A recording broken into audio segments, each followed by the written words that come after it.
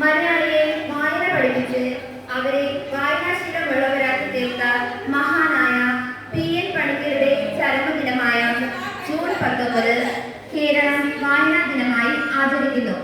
വായന മനുഷ്യനെ പൂർണ്ണനാക്കുന്നു.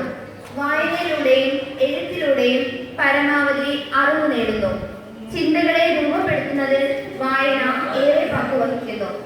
ജീവിതത്തിന്റെ ഏതൊരവസ്ഥ ചിരിപ്പിക്കുകയും ചിന്തിപ്പിക്കുകയും ചെയ്യുന്ന പുസ്തകങ്ങൾ നമുക്ക് എന്നും മുതൽക്കൂട്ടാകും.